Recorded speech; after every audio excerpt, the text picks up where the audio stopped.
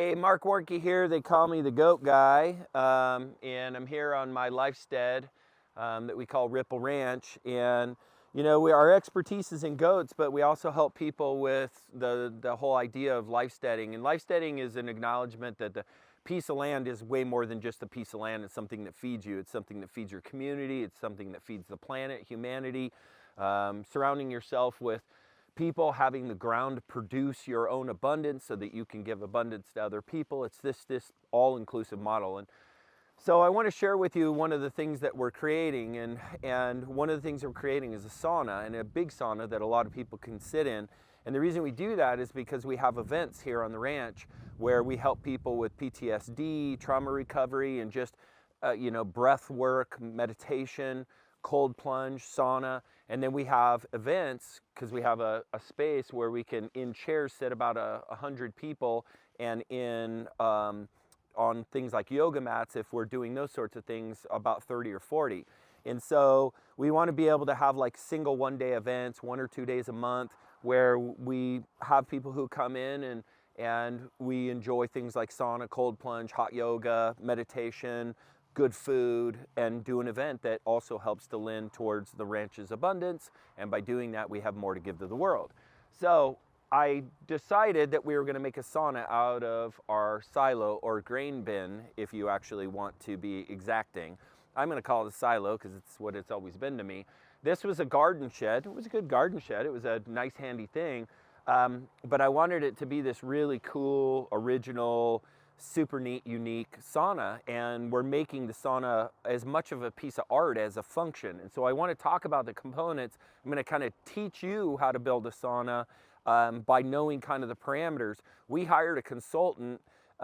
Actually, he donated his time because he's just a gem, and I kind of want to acknowledge him.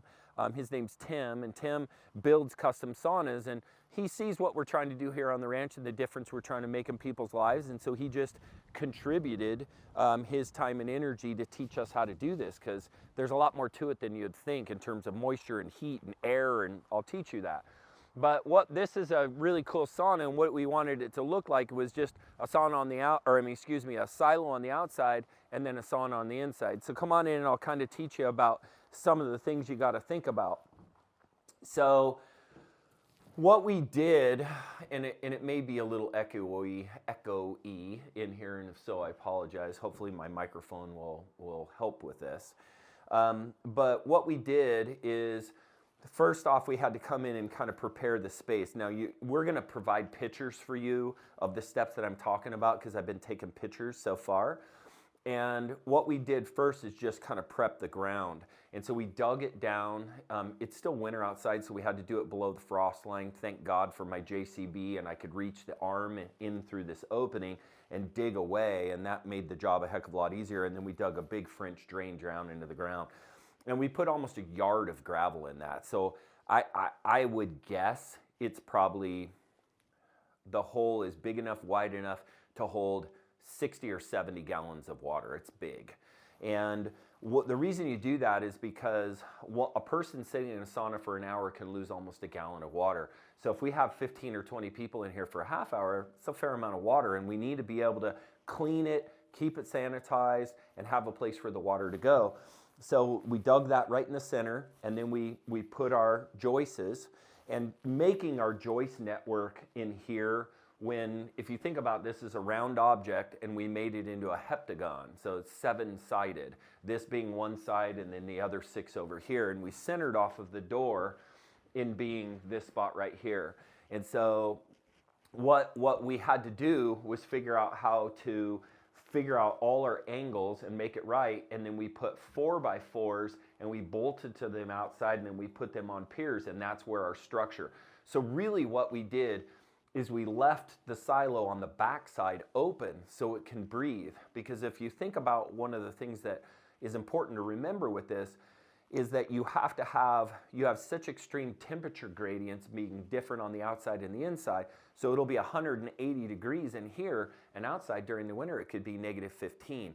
And when you do that, you get condensation. So you have to have a way to be able to have a vapor barrier and condensation, and the ability to get that vapor out from the outside of the building and then to ventilate out. So we basically floated all the walls away from the edge of the sauna and created these angles. And then that way it'll have plenty to breathe. It'll have plenty to breathe on both the ceiling and the sidewalls. And we're gonna hang the ceiling from a beam, and that'll also not touch the top, and we'll vapor barrier that. So any condensation we may get up here will come down the sidewalls, behind the walls, and then that's how we'll move our moisture that way. On the floor, any moisture will go into our drain, and again is a big giant French drain that'll hold a lot. And we also, and what's very critical with a sauna is to lock it down in terms of air. So you basically have to have an airtight box in here. In fact, people who really build saunas next level, they figure on if you create airtightness enough, you have about 16 hours worth of oxygen inside the container to sustain human life. So nobody would ever hang out there in 16 hours. And where most saunas ventilate outside air to the inside is underneath the door. The door is the place of the Achilles heel of air control because, again, remember, you're creating basically convection. Anytime you allow an outside air access, what's going to happen is because of the thermal difference, you're going to create air shoving outside of that, and it's going to pull air out of the building and it's going to cool. And the safest place to do it, if you're going to ventilate your sauna, is on the base of the floor, and that's where you can, on the base of the door. And then because you can also build a wiper and different things to regulate that based on your internal temperature. So even when we're building this, we have an idea of how this is going to work, but till we actually put the rubber to the road and see how it holds heat and see how it gains heat and how it does it all, we won't know till we actually build it, but we've built in things that we can adjust to kind of compensate. So first layer, if you want to step in here, Shea, so we don't have any insulation in the floor. We could have insulated the floor, but just so you know, when this building is 180 degrees up here, it's only going to be like 80 or 90 degrees on the floor. The temperature gradient as you raise in this building is enormous. So you're never really trying to keep the floor warm because you can't. You're just trying to keep yourself separate from the ground. So that's why the floor joists, and then we put construction adhesive on every single joist, put the OSB down, and that will be our insulative layer from the ground temperature. And we also created airtight by, you can see we caulked all the edges, construction adhesive on all the bottom. The floor is now airtight. And the drain that we're going to put in the center of this floor, and by the way, this floor all slopes, so it all comes to one area. We'll put linoleum down here, and then it'll all come to a center drain. So we can drain water will naturally drain to the drain in the center, and then we're going to create a bladder down below so that we open that or close that, and the water will run down, deposit down there, then we can close it back up, and we're airtight. So we're not even getting any air up through the drain. So pretty well thought out that way. And again, that's thanks to Tim. That's not me being a brilliant guy. So as far as the wall construction, then we put construction adhesive underneath the walls. These are the 4x4s that are attached, bolted to the outside of the silo, and then also on piers below it. And then this is really what's structurally holding the floated room within a room. Okay, so then we framed in these walls, and you can't see what's behind this one because I've already covered it, and again, we'll put some pictures so that you can see it during the video. But the internal construction is basically 2x4s on the inside, and then we put this 2-inch foam in here. We then sealed all the edges to create airtightness, and then this is a double-sided foil wrap, and you staple it in place. Now the super cool part about this stuff, this actually has a ton of R factor. In fact, if you imagine this is 2-inch thick foam, right? So this is 2-inch thick foam. We leave an inch of gap here, and then you bring in this stuff and you wrap it, and you can see we seam sealed it and everything. Once you create this air gap right here, This has almost the same R factor as the 2-inch foam because of the air gap and how it seals. So you really, I don't know what our R factor is in here, but it's very high. I would guess R40, something like that. And we're even gonna go more in the ceiling. So in the ceiling, we'll hang the beam, we'll send our joists. Then what we'll do is we'll put the pink stuff up above. So, you know, pink insulation. Then we'll put a vapor barrier over the top of that. So we'll put our vapor barrier first, which will be basically super heavy mil plastic that will dip up over the edge and any condensation will fall behind the walls. Then we'll go with insulation. Then we'll go with the foam. So the extra is the extra pink stuff. And then we'll do basically the same thing that we did here. And we'll have more insulation on the ceiling because you always want more on the ceiling than you do on your walls. So that's kind of how the wall and all that stuff went together. So that's how we did all this. The tongue and groove cedar is actually going to go over this, and then these joints are going to come together. We'll trim that edge. The ceiling will be flat. And our plan is to try to think aesthetically and make it very beautiful and actually have pies that come in from the angles, and that's going to be quite complicated, but we hope to be able to do that. And we're trying to get all this done before an event that we're having here on February 20th, and so we only have about 3 weeks left for that. So we're really charging hard. This will be the door opening. You can notice it's quite short. That's actually quite customary in saunas because the door is your Achilles heel. It's your largest source of heat loss and air loss. The lower you make that door, because the heat gradient is so high, the more successful you're going to be at that. And then we framed in this section, and this is where our wood stove's going to sit. So our wood stove's going to sit here and it has a glass opening. It's going to sit this way, so we're going to open the door here, step in here, be able to load here. And then this is a very, very important fact for you to realize. Because this building is so airtight, we absolutely have to build in an external air intake. So we have to have a stove that's made for a mobile home. And so the stove that's made for the mobile home, because they're so airtight, draw their air from the outside. So you actually have like what looks like a dryer duct that brings in air from the outside into the fireplace, and then the chimney will go directly out the top. Now the chimney gives off an enormous amount of heat. Luckily our stove's gonna sit about right here, and we're still gonna have about, it'll be 4 feet of chimney. In my studying of chimneys, in that first 4 feet is where most of the heat is dispersed.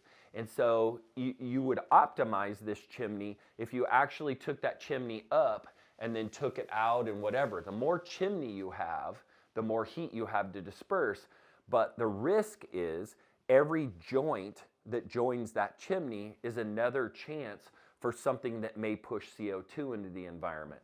So number one is you don't want your fire burning all your oxygen in here by bringing in oxygen into the combustion chamber from the inside. And you also don't want any CO2 to leak out of the chimney into the environment. Both can harm people. So we are choosing with our fire to err on the side of safety as opposed to efficiency, knowing that I'm buying a fireplace that's big enough to heat a 2,000 square foot home, and this thing's only like 150 square feet. The reason we're doing that is that when you want to heat up, most saunas are warm all the time. Now, I'm not going to want to keep a fire in this all the time, but I also don't want my fire to take 2 hours to heat this up. Now, you might say, well, Mark, that sounds ridiculous. My wood stove heats up my living room really fast, and it does, but it doesn't heat it up from cold. And when you sit in your chair's still cold until hours later. And because the whole goal of this stove is to heat up everything in here, the benches, the rocks, the thermal mass. We want the thermal mass in here to be hot, so the heat source is actually held in the building, not just the fireplace. And that's the difference between how to think about saunas. The Scandinavians think about saunas as in heating up thermal mass, and they call that cool heat, meaning it doesn't feel super hot because everything in here is hot. as opposed to things like infrared or an electric one that doesn't have any rocks it's heating. That heat source is super hot. Those big barrel saunas that are becoming popular, they're really intense heat because they're actually not super well insulated, and that sauna is reliant on that heating unit to superheat and to be really, really hot, and that's the heat source rather than the thermal mass. So probably more than you wanted to know, but again, I've gotten kind of nerded out on this, and that's some of the lessons that I've learned. So I think that's kind of everything I wanted to share as of now. As if you are looking at this, you now kind of know what I had to learn what I needed to do in here. I'm not going to go into detail on the benches. I will tell you, just so you know, this is a large sauna that we guess will sit about 20 people. It's 13 feet. If you're going to build a sauna for yourself and not like an event like we have, then you really want to build it like for the number of people in your home max, like 4 capacity, and you want it to be small. The smaller the better, the more efficient, you know, the better you can heat it with one of the electric heaters. This doesn't have any electricity, we're heating with wood. It'll work better for you. In fact, one of the things we may consider is that this one may be just for events, and then we'll have a little personal unit in there because I'm a big sauna guy. So that sort of thing. So it is something to consider, that if you're making a big one is quite a bit more expensive, quite a bit less efficient, and quite a bit more difficult to heat up and to functionally use, because it's a really big sauna for your normal everyday use. I think that's pretty much it. Yeah, so if you like this kind of stuff, I just appreciate you. We want to give you ideas. We put on virtual events on Lifesteading where we bring in experts that'll teach you everything from how to live off grid and how to raise chickens and how to raise goats, and that's kind of my little chapter. How to optimize your land, that's another one of my chapters. We're here to help you, first off, to be exceptional goat owners. Number 2 is to be exceptional landowners through the Lifesteading movement, but also to be mindful of humanity. And you can find us on PackGoats.com, and as well as we're just establishing the website now for Lifesteading, and we have our first virtual event coming up. So you can Google it and you'll run across us. So I think that's it. I hope you find that helpful. If you have any questions, feel free and ask them in the comments, and make sure you share this with your friends, and we greatly appreciate you. Take care.